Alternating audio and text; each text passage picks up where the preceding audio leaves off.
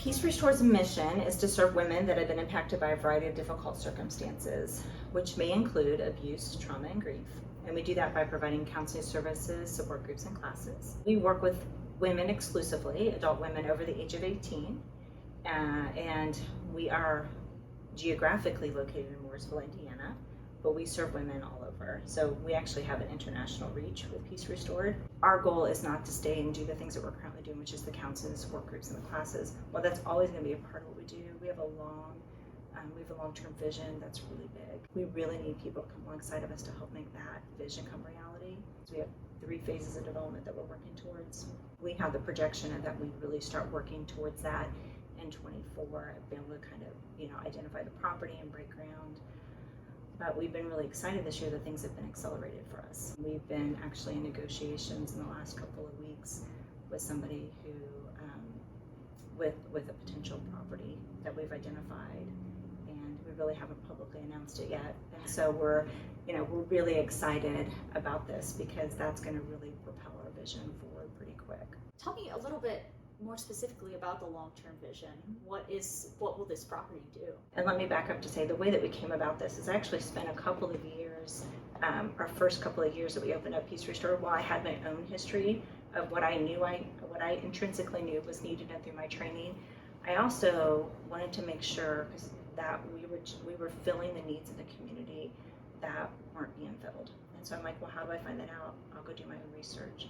And so I met with a lot of non-for-profits or women's organizations in the community who said, what's working, what's not working? And then I also asked that of their people that they were working with if they allowed me access. And so I just did my own little data research and collected data for a couple of years, and that really helped us formulate this plan. Phase 1 is taking and building a community center, and the community center will be able to provide more counseling rooms, be able to do more, have more clinicians on site, but also have a larger space where we can provide more classes.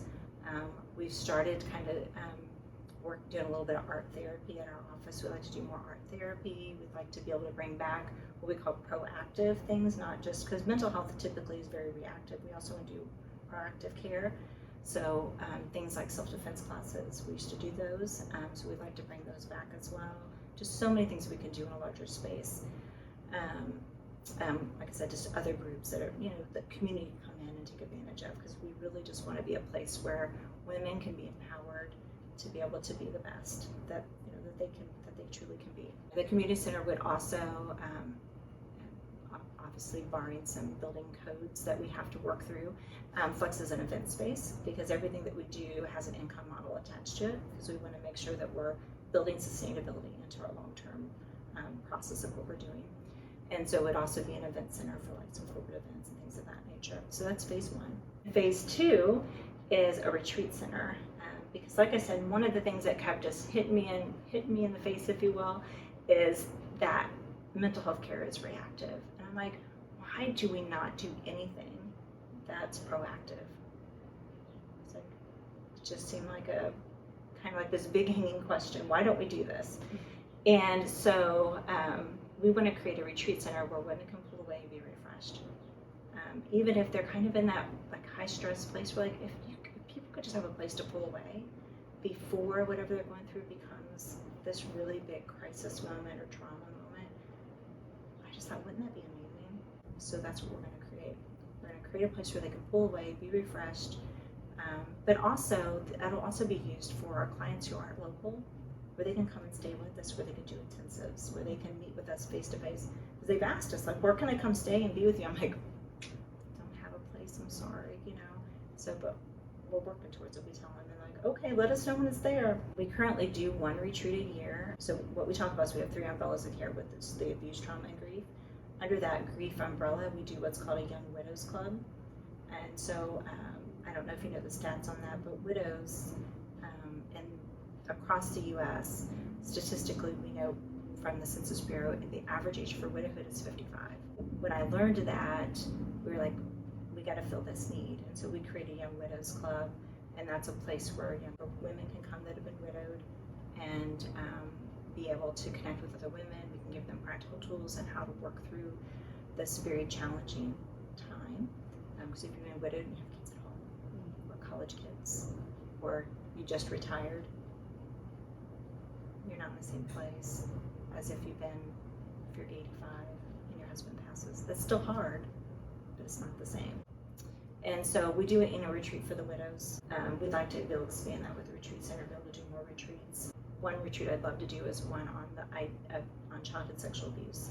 And just have women be able to come and be together in a very safe environment where we can give you some tools to how do you process through that, because statistics are staggering. Like 25% of the women in our country have been impacted by some type of sexual abuse. And that's just of reported cases. I'm like, man, it'd be so amazing to have a place where they could come and just be refreshed and help them work through that. So phase 3, restoration houses. Phase 3 is the restoration houses. And that is where, like I said, we take all those pieces that we really learned during that research time. One of the things that we really started looking at is when a woman is seeking housing, there's several hurdles. One is there's typically 3 reasons why somebody would receive housing. So one is the big one that most people think of for women receiving housing is domestic violence, right? Another one is homelessness. And the other one for housing, we don't always think of it as housing as addiction. So they receive some type of care. Really, if there's any other reason that you need some type of long-term care, the only way you can get that is by inpatient hospitalization, right? And I got to thinking, like, gosh, why isn't there other options? A prime example I think of is a lot of ladies that come through our widows group. They've been widowed suddenly. Like, we have widows that they woke up one day and their husband overdosed, or their husband completed suicide. And what do you do with that if that happened in your living room? And then every day you got to get up and that same sofa's there. The only way they can go get housing is if they become homeless first. And I'm like, that seems wrong. Or I think of a client who's her anxiety was so high that to go to her mailbox was torture for her, because she just had such heightened levels of anxiety. It was because of some trauma she'd been through. But if we would have had an opportunity to have her with us in a space where we said, let us help you learn how to go through this, because 1 hour a week, especially if she can't come in person, we can't do all the things that we need to do. But if she could come live with us, it would be different. The other thing that we learned, as I was going through that research, is that almost always you have to give up everything you own. Sometimes I understand it's necessary for safety, right? So if you're fleeing domestic violence, you may not be able to take your things, and I understand that. But what if there's a safe way for you to get the things that you need? There's usually no place for you to take it. Typically, you can take what you can carry. And I understand that that's the model that we've had, and by no means am I trying to bash what anybody else is doing, right? Because that's the model that we've had, and until we learn how to do things differently, we do what we know. And so I've been trying to like think outside the box, if you will, and figure out how can we do better. The other thing that I learned is that many times you have to give up your kids. So you have had some type of trauma that's happened. You have to give up your kids if they're over a certain age. You have to give up all your personal belongings, and oh, by the way, you might have to give up your job too. When we develop the restoration houses, we want to put on the property a storage facility where women can bring the things that they want to bring with them, and they can put them in the storage unit. And the houses will make them fully furnished, but we want them to be able to have what they need, but also be able to bring what they want for later. Because our goal is when they leave us, they're leaving fully equipped to go out, because not to come back. Our goal is to, how can we help you be able to fully move forward, whatever that looks like for you individually. So while they're staying with us in our houses, the program will be about 2 years, 18 months to 2 years. And during that time, they'll earn points or dollars, because in phase 1, I forgot to mention that we're going to start collecting high quality household items from people in the community. So when they're in that phase 3 with us, they'll be able to go back and shop with those points or dollars that they've earned and buy things from that store so they can put them in their storage unit, and they'll be able to collect the items that they need. So when they leave, they'll have everything. So maybe they came just to have a dining room table. That's fine. Let's earn the money so you can get it. And so that'll be part of their their healing process, because there's value in being able to, one, have the things that's yours, and two, be able to purchase the things to help you move forward, not be given them.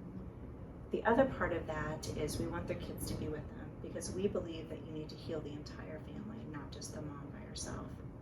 Because if we don't, we're adding more trauma and often generational trauma to that family. And so we want to make sure that we can keep that family intact. We also currently have on our facility a retail space. And we have things on there like candles and t-shirts and boutique items and artwork and on and on, books and different things. The purpose of that currently is to bring in revenue. The long-term goal of that is when we get to phase 3, it'll be a place where we can employ the women that are staying with us because we want to build their resume, not break it down. Because can you imagine if you've been staying at a house and you go in for a job and you have a 2-year gap on your resume? What's this? Yeah. Yeah. Again, we're just adding trauma to that person, that family.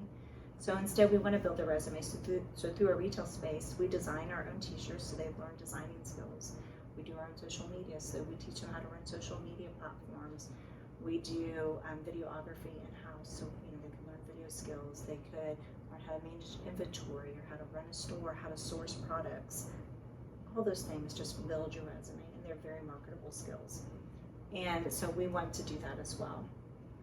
And so we're really trying to, like I said, look at this from a very holistic model of how can we really bridge the gap on things that are already being done, but do them a little bit better. And so that's our third phase. The exciting part is, like I said, because things have been accelerated because of some conversations we've been in, and as long as things keep moving the way that they look like they're moving, some of that's going to happen a lot quicker than what we thought. Good. Yeah. Hey. So More blessing. I know, it's amazing. Thank you so much for tuning into our bonus video this month. Had a little bit extra for you, and I hope you enjoyed hearing about Peace Restored's vision and plans for the future.